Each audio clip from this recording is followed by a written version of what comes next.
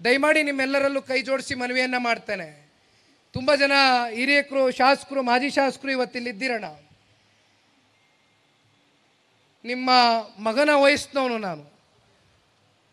ಬಹುಶಃ ನಿಮ್ಮ ಮಗ ಅಂತಕ್ಕಂಥದ್ದನ್ನು ನಾನು ಭಾವಿಸಿದ್ದೀರಾ ಅಂತಕ್ಕಂಥದ್ದನ್ನ ನಾನು ನಂಬ್ಕೊಂಡಿದ್ದೇನೆ.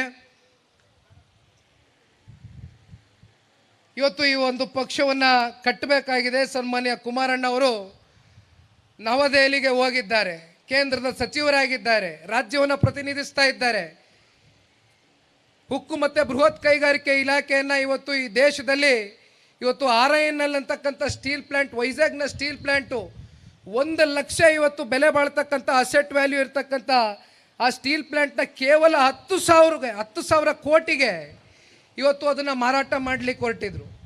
ಅದೇ ಸನ್ಮಾನ್ಯ ಕುಮಾರಣ್ಣ ಅವರು ಕೂತು ಆಂಧ್ರದ ಮುಖ್ಯಮಂತ್ರಿಗಳು ಸನ್ಮಾನ್ಯ ಶ್ರೀ ಚಂದ್ರಬಾಬು ನಾಯ್ಡು ಅವರ ಜೊತೆಯಲ್ಲಿ ನಿರ್ಮಲಾ ಸೀತಾರಾಮನ್ ಇವತ್ತು ಫೈನಾನ್ಸ್ ಮಿನಿಸ್ಟರ್ನ ಭೇಟಿ ಮಾಡಿ 11,440 ಕೋಟಿ ರೂಪಾಯಿಯಷ್ಟು ಹಣವನ್ನು ಇವತ್ತು ಓಡಿಸಿ ಇವತ್ತು ಮತ್ತೆ ವೈಜಾಗ್ ಸ್ಟೀಲ್ ಪ್ಲ್ಯಾಂಟ್ಗೆ ಒಂದು ಮರುಜೀವವನ್ನು ಕೊಟ್ಟಿದ್ದಾರೆ.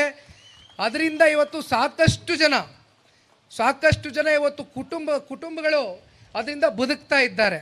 ಅದನ್ನು ಸ್ಮರಿಸ್ಕೊಳ್ತಾರೆ. ಬಹುಶಃ ನಾವು ರಾಜ್ಯದಲ್ಲಿ ನೋಡಿರ್ಬೋದು, ಸೋಷಿಯಲ್ ಮೀಡಿಯಾಗಳಲ್ಲಿ ಇವತ್ತು ಸನ್ಮಾನ್ಯ ಕುಮಾರಣ್ಣ ಅವರಿಗೆ ಅವರ ಒಂದು ಫೋಟೋಗೆ ಹಾಲಿನ ಅಭಿಷೇಕವನ್ನು ಮಾಡಿರ್ತಕ್ಕಂಥದ್ದು ನೋಡಿದ್ದೇವೆ.